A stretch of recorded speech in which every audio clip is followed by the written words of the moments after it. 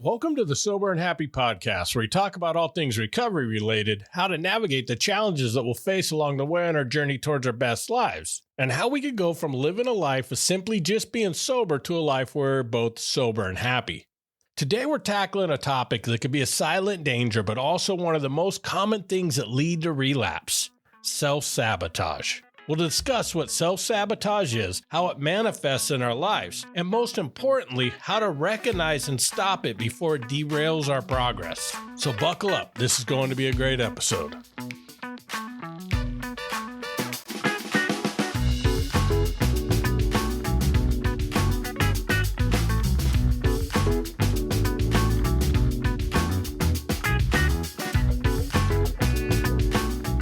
Welcome back. Let's start with the basic understanding of self-sabotage. Self-sabotage refers to behaviors or thought patterns that undermine our success and well-being. It's when we consciously or unconsciously do things that prevent us from achieving our goals. In the context of sobriety, self-sabotage could show up in many ways, from pushing away people who support our sobriety to intentionally putting ourselves in risky situations. Let me give you an example that I have seen many times with people in recovery. Let's call the person in this example Sean. Sean has been sober for 6 months, has built a great support group in recovery, and has been making strides towards the life that he wants. He has found a job that he likes, began repairing damaged relationships, paid back some old debts, and is saving up for that new car that he has always wanted. However, deep down, Sean fears that he doesn't deserve happiness or a successful life because of the mistakes he made during his years of addiction. One weekend, Sean's old friends invite him to a party where he knows alcohol will be around. He's hesitant at first, but convinces himself that he's strong enough to handle it. He tells himself, "I've been sober for 6 months. I deserve to have some fun, and I could just leave if things get too tempting." At the party, Sean feels anxious and out of place. His old friends are drinking, and he starts to feel the pull of his past life. He starts wondering if he made a wrong decision coming to the party and considers leaving and calling another sober friend for support. But then, another voice creeps into his head saying, "Just stay for another hour, and if the temptation gets any worse, I will just leave before taking the first drink." Despite knowing the risks, he stays at the party. Eventually, Sean gives in to the temptation and has a drink, leading to a full-blown relapse. In this example, despite knowing the risks, Sean's decision to attend the party is a form of self-sabotage.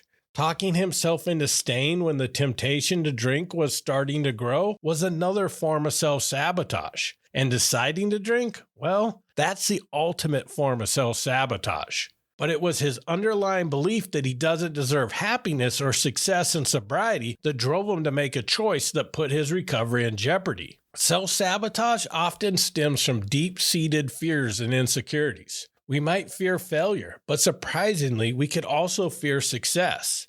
The idea of living a sober life might be so unfamiliar and intimidating that we subconsciously set ourselves up for relapse just to return to what feels comfortable, even if it's destructive. Let's dive into some common ways people self-sabotage in sobriety. Recognizing these behaviors is the first step in preventing them. One of the most common forms of self-sabotage is avoiding the very support systems that helped us stay sober. It could be isolating yourself from friends and family who support your recovery. You might tell yourself you're too busy or no longer need help, but the truth is, staying connected to our support systems is crucial no matter how strong we feel. Another way we self-sabotage is by returning to old habits. This might involve hanging out with the same people you used to drink with, visiting the same bars, or engaging in behaviors that once led to drinking. It's like testing the waters, telling yourself you're strong enough to handle it. But by putting yourself in these situations, you're setting yourself up for a potential relapse. It's like someone who's allergic to peanuts deciding to eat a peanut butter sandwich just to see if they're still allergic. It's a dangerous game to play, and the consequences can be severe. In sobriety, it's important to recognize that old habits are often triggers waiting to pull you back into your addiction. Negative self-talk is another form of self-sabotage that can be incredibly damaging. Telling yourself things like, "I'm not good enough, I'll never stay sober," or "I don't deserve happiness" can undermine your confidence and make you more likely to relapse. These thoughts often come from a place of fear or low self-esteem, but they're not the truth. It could also be preemptively giving yourself permission to relapse. In my opinion, one of the most dangerous phrases in the recovery world is that relapse is a part of recovery. I've talked to many people after relapses, and while in the middle of an internal debate about whether to drink or not, the last piece of justification that pushed them over the edge is telling themselves that it's okay because relapses are a part of recovery. Now, I'm not shaming anyone for a relapse, and I've had many of them before finally staying sober. They might be a part of our journey. However, relapses are the opposite of recovery. Telling ourselves that they are often could lead to a form of self-sabotage. Now that we've identified some common forms of self-sabotage, let's discuss how to recognize it before it's too late. One of the best ways to recognize self-sabotage is by paying attention to patterns in your behavior. Are you finding excuses to avoid supportive people? Are you engaging in negative self-talk more frequently? Are you finding yourself texting those old friends you used to party with? In a moment of loneliness, are you calling that toxic ex that always leads to heartbreak and drinking over it? These patterns could be red flags that you're on a path to self-sabotage. Another way to catch self-sabotage early is by regularly checking in with yourself. Take time each day to reflect on how you're feeling, what thoughts are running through your mind, and what behaviors you're engaging in. This self-awareness could help you identify when you're starting to veer off course. We will all get off our paths in our journey, but without regular check-ins with ourselves, we may not realize that we are close to getting too far off the path into dangerous territory. It's like driving to a place you've never been before. If we only type the address into our GPS and never look at it afterwards, we will get lost. Simply knowing the destination is only the first step. We must also keep checking to make sure we're still en route. And even if we miss a turn, if we are constantly monitoring it, we will quickly get rerouted back onto our path.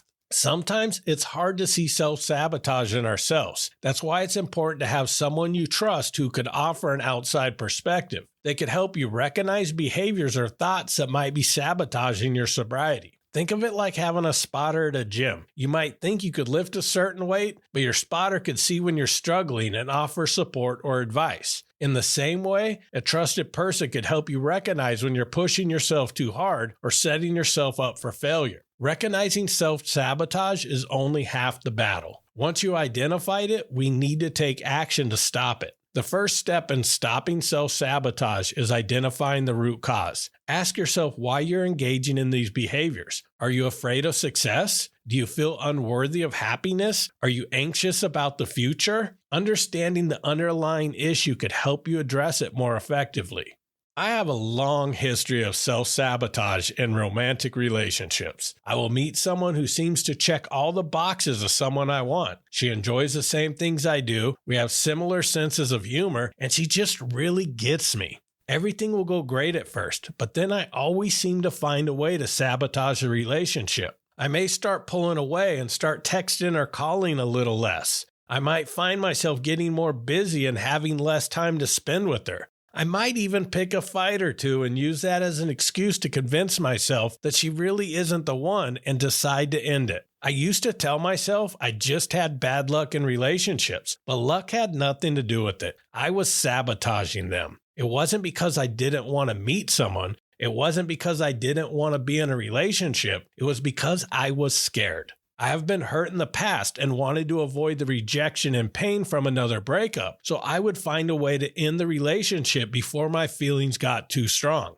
Until I took the time and effort to look at that, I would have never changed my pattern of doing that. I had to find the underlying cause and heal that first, so I could be in a position not to sabotage relationships in the future. Another effective strategy is to replace negative habits with positive ones. If you find yourself slipping into old habits, replace them with new, healthier activities. Instead of going to the bar after work, hit the gym, take a walk, or spend some time with supportive friends. Think of it like cleaning out your closet. If you remove your old worn-out clothes but don't replace them with new ones, you'll be left with an empty closet. In the same way, if you eliminate negative habits but don't replace them with positive ones, you'll leave a void that could be filled with relapse. Finally, practice self-compassion.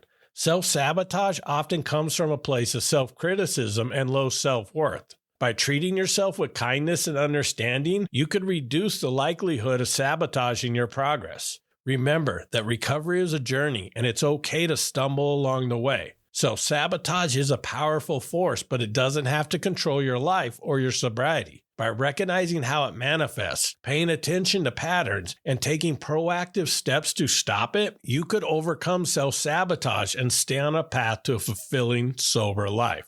Remember, you've already accomplished so much by choosing sobriety. Don't let self-sabotage steal that progress from you. You deserve happiness, health, and a life free from the grip of addiction.